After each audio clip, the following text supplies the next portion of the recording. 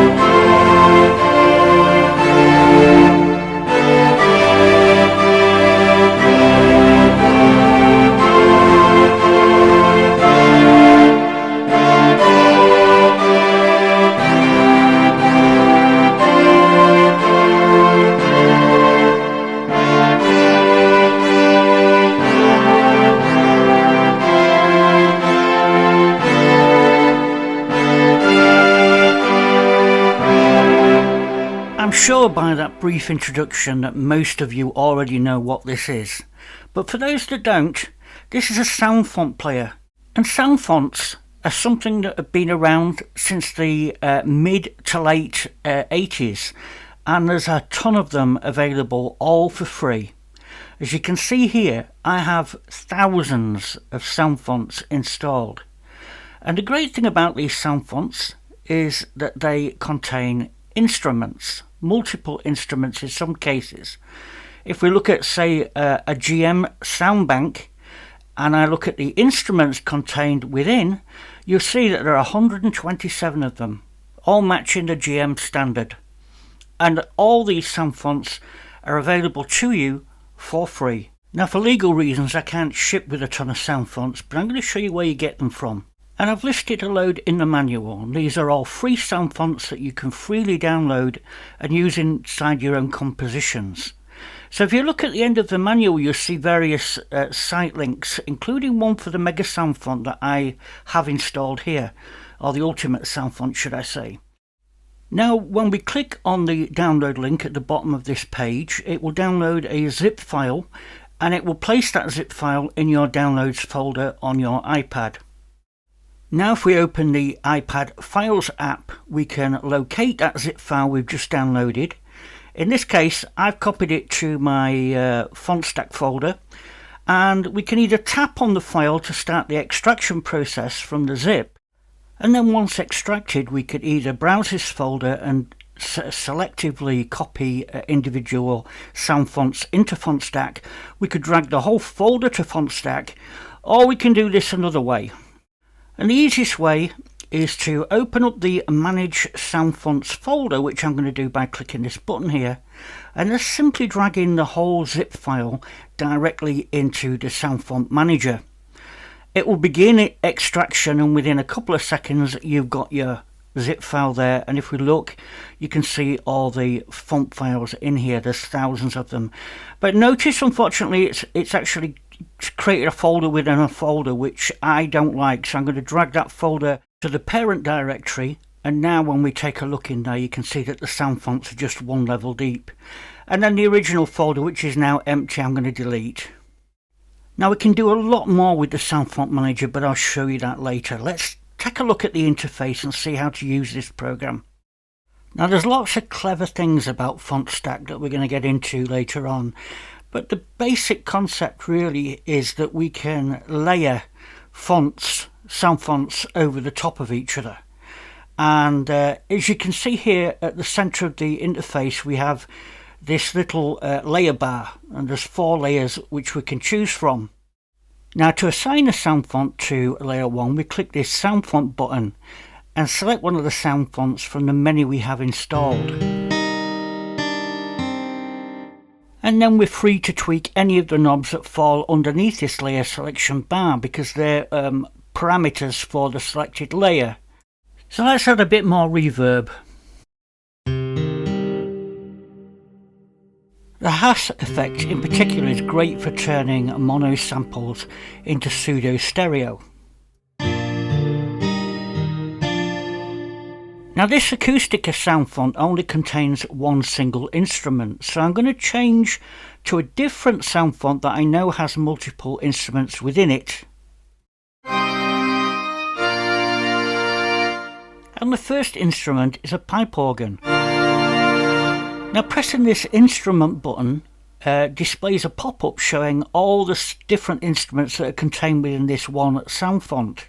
I can select them directly from the list, and I can also use the left and right arrows either side of the instrument button to change instrument. So let's try increasing the reverb level and playing around with some of the effects.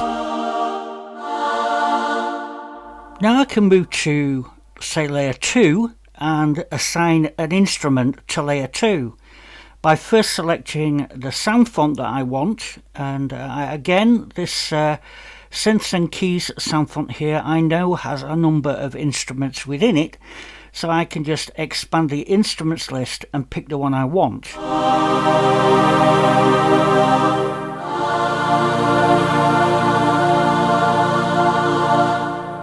So now we have an instrument on layers 1 and 2. Now the MIDI input control is currently set to Omni, which means the incoming MIDI is sent to every layer. But we're free to select something like layer 1 and preview that layer in isolation. We could also change to layer 2 and preview that in isolation. So by stacking different sound fonts on different layers, we can build something that's a lot bigger sounding than the individual sound fonts on their own.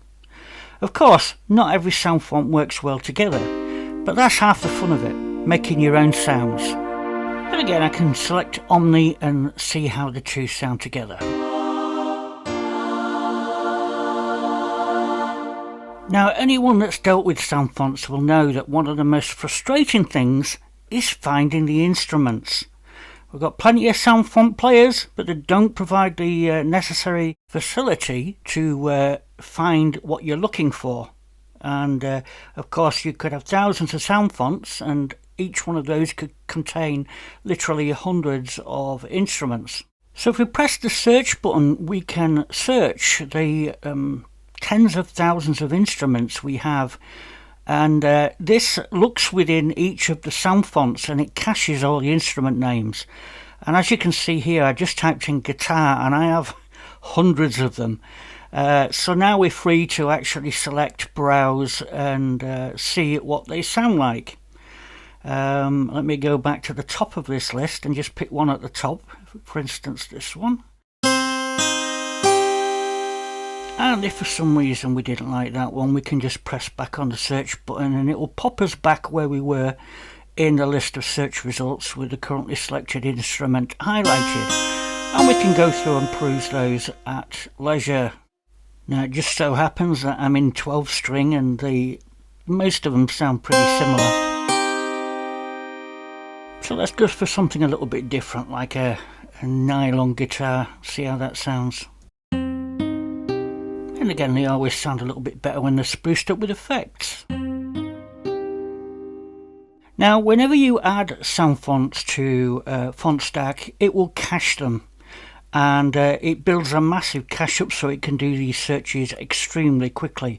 Let's look at a violin and see what we can find, because some of these sound real good and very convincing. Let's try this one.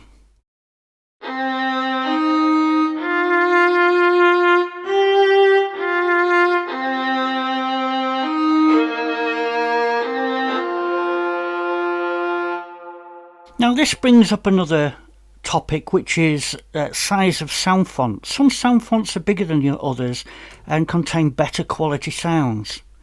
So let's have a quick look and see if we can find another violin and see what that sounds like.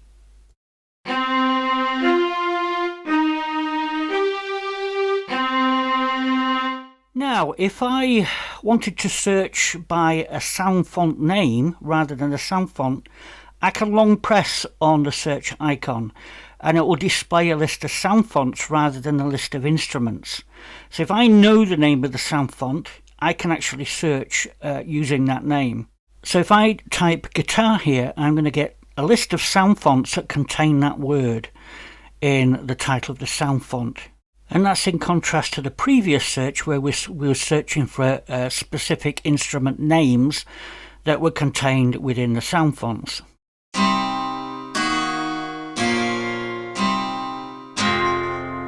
So there I found some nice acoustic minor chords. Let's add a bit more reverb.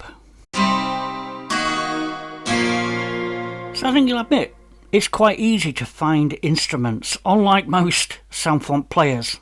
Now earlier on in this video I showed you how easy it was to drag and drop sound fonts or zip files into the SoundFont manager. But you may already have sound fonts somewhere else on a remote drive or something like that, and you want to be able to access them.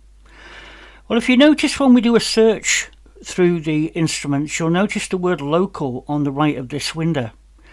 And that signifies that those sound fonts are local to FontStack. They're contained within FontStack.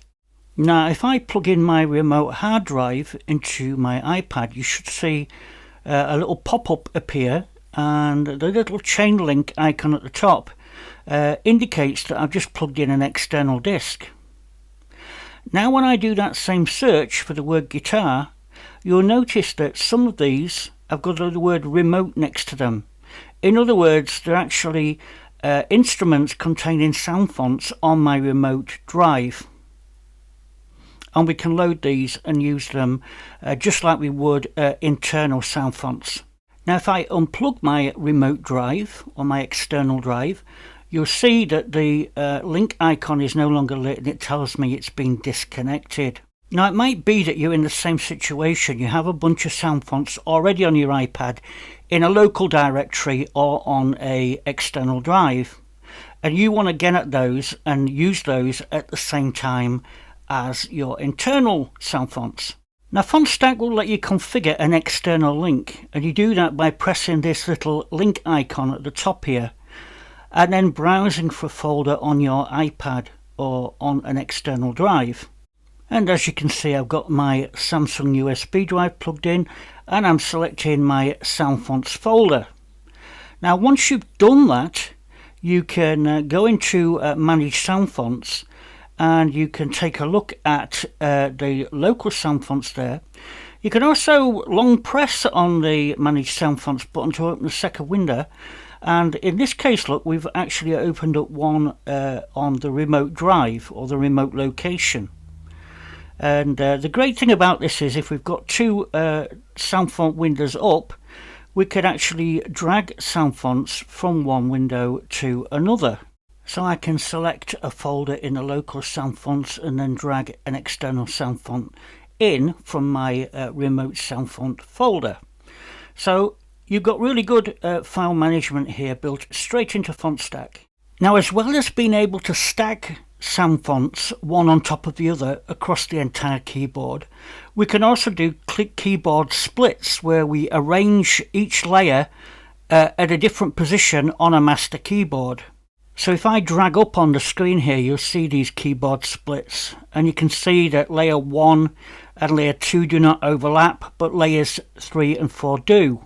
So if I tap on each layer in turn, you'll see the corresponding keyboard range that is set up for each layer. So let's take a listen to what they sound like.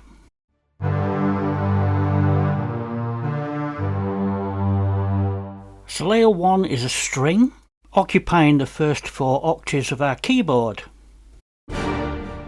Layer 2 is an orchestral stab, occupying the next 2 octaves. And then we've got a brass type sound and a string occupying the rest of the keyboard.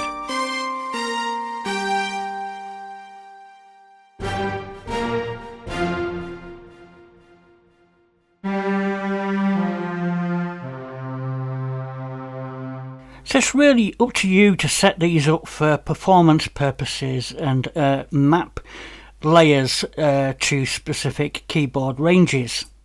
Now we can see here that layer 1 is being controlled by MIDI channel 1. Layer 2 we can set to MIDI channel 2. Layer 3 we could set to MIDI channel 3 and 4 to MIDI channel 4 if we wanted. So we could actually control these by whatever notes are coming in on MIDI channels. Now I also want to draw your attention to this settings button here, and when we click that settings button we get more options, including some of the like effect configurations and return values from the effects. We also have a keyboard range here that goes hand in hand with setting up the keyboard ranges, and we also have the ability to transpose each layer, so we can transpose up and down by semitones or octaves if we wish. Now, setting up the keyboard splits is just a question of tapping and dragging these layer bars, so I could drag that wherever I wish, or I can tap on the end to extend, or tap on the beginning to move the start position. So, you know, if I wanted, it's as easy as this, just to make sure all 4 layers are spread across the entire keyboard. So that's another very useful feature, I think you'll agree.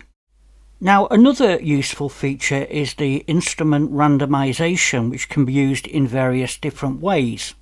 So I've currently got a piano type sound assigned to layer 1, which sounds like this. But if I press this randomize button here, we can generate a new randomized sound from the list of available SoundFonts.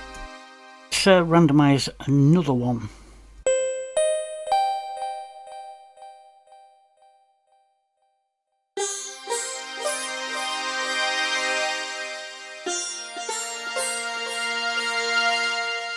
Now if I long press on the randomize button, I get the option to randomize more than one layer at a time.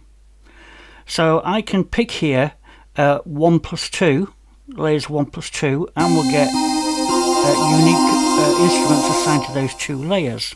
And we can always press the input control to preview them.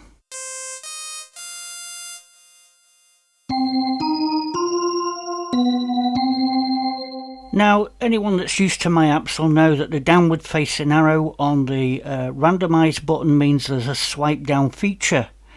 And every time I swipe down, it's doing the last long press randomization function. So, in other words, I last pressed 1 plus 2, layers 1 plus 2. But if I change that to 1 plus 2 plus 3, we can see we've got 3 layers randomized. And if I swipe down again, we'll get 3 layers randomized.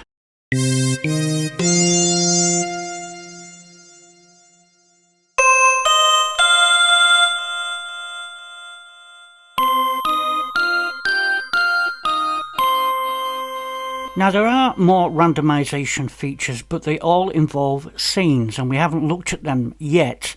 So let's take a look at them now and see what they do and how they work. Now the scenes are extremely useful if your SoundFont contains multiple instruments. I can demonstrate this by loading a SoundFont into layer 1 that I know has a bunch of instruments. Essentially the GM SoundFont, the Fluid GM SoundFont. I can now assign different instruments from this sound bank to different scenes. As you can see here, we have a piano instrument on scene 1. And now I can select scene 2 and assign an instrument from the list to scene 2. And then continue to scene 3, and so on. So let's just assign one more instrument to scene 4 and show you one invaluable thing about scenes.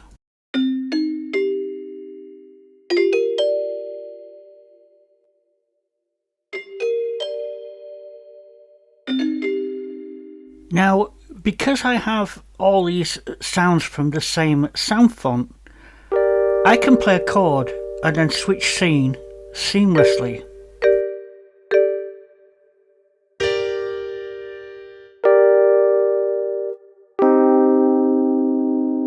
So hopefully you could see that I was holding a chord, changing scene, and then releasing and playing a different chord.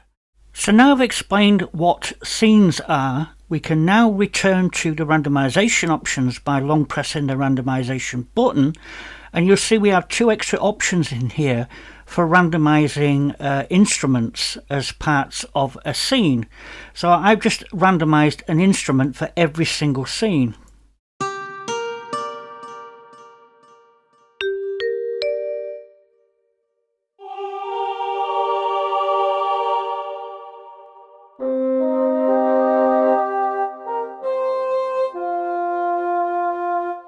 So this form of randomization is great for testing out voices. And scenes, as we've now discovered, are a way of switching seamlessly between one instrument and another.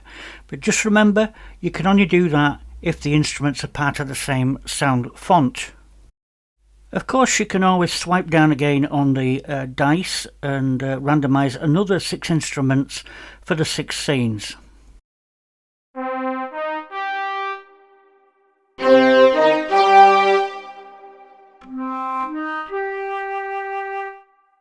Now, before I finish this video, I want to show you a little bit about disk streaming and how that works. At the top of the display here we have a disk stream button which we can turn on and off. Now if I quickly go into the program settings, I can enable the option to show RAM usage, and you'll see this shown here. Now if I press the delete button here to unload the current SoundFont, you'll see that memory usage will go down. And now if I was to load a SoundFont, the first thing you want to notice is that it's loaded into physical memory. Although that SoundFont is so small, it didn't even go up. So let's pick a bigger SoundFont. And we can see now that our memory usage has climbed a little. But some fonts, like if I go into the large folder, I can load essential keys, and we can see that now it's jumped dramatically, and we're using almost a gigabyte of memory, which is ridiculous. You can do it, but you shouldn't do it, and if you do, you really should be offloading to disk. Now the larger sound fonts do sound good, but there's large and then there's extremely large. Now RAM is a limited resource, so if we turn on disk streaming up here, then whenever we load a subsequent sound font, it will be streamed from disk and not loaded into physical memory, as you can see by the symbol here.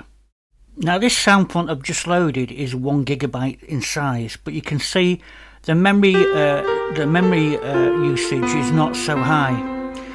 Don't let that fool you though, an app can only use so much memory, even disk memory, so there is a physical limit, and that limit is based on your iPad, what model of iPad and how much memory it has. I advise you not to use really massive sound fonts, otherwise that could restrict the number of instances that you can have running or the amount of stacked sound fonts. Now the streaming symbol under layer 1 is turned off, which means it's currently streaming from memory, but we could toggle that to stream from disk. And now you can see the physical RAM usage has dropped by about 800 megabytes. So as you can imagine, that relieves a significant burden on the memory usage. Now before I leave you, I'm going to do a Steve Jobs and say there's one more thing to show you, and that is the vector pad. And this is really useful when you randomize a set of voices per layer and want to smoothly transition between them. So as you can see here, I have 4 layers and I've got a sound font allocated for each layer.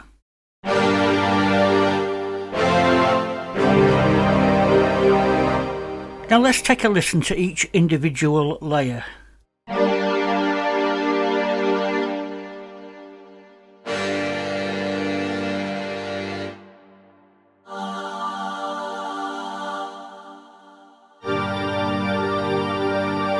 Now let's switch back to Omni mode, so the MIDI in is going to all 4 layers. And then I'm going to long press the velocity button to bring up the vector pad window. Now the vector pad is like a glorified mix control that allows you to mix all these 4 voices simply by dragging a little knob around.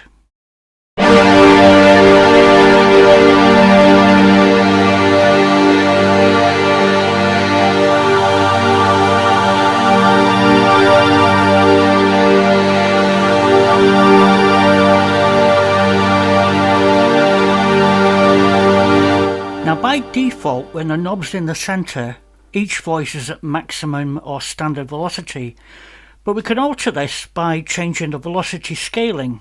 Now these modes progressively emphasise the layers as you move towards them.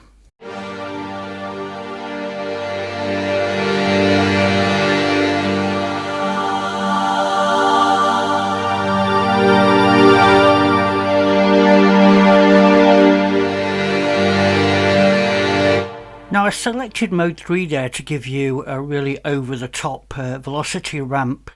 Now if you don't want to manually move around the little puck in the middle of the vector pad, you can turn on the animation using the power button in the top right corner.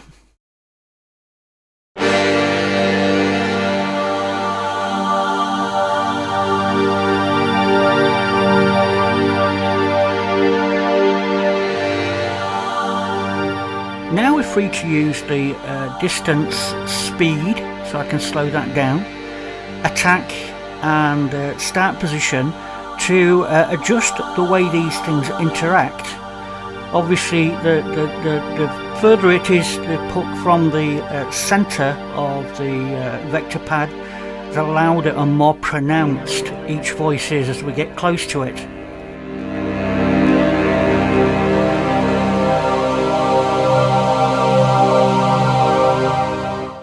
Now if we turn on attack mode, you'll see that the little knob or puck goes to the centre of the pad, and only when we engage a key it starts to travel towards the outside of the pad, and you get kind of a volume swell as it does that.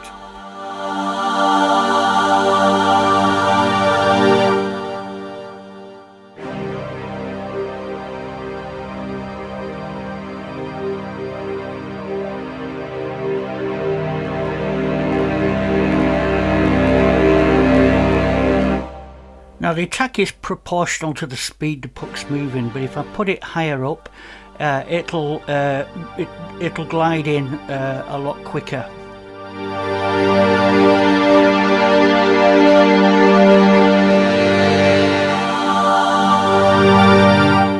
Now if I disable attack mode and engage the start position and then start playing, you'll see that whenever I press a key, it will restart at the same position every time, so it will bias towards one of the voices that you want to start with.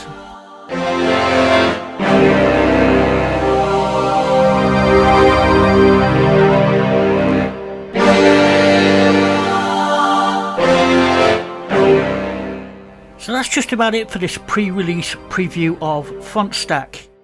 But I'm going to leave you with one last example of running FontStack with 4 different voices being powered by 4 different MIDI channels, and there's an example of the vector pad to boot. So don't forget to subscribe to the channel, thumb up the video, and I will see you next time. Thanks for watching.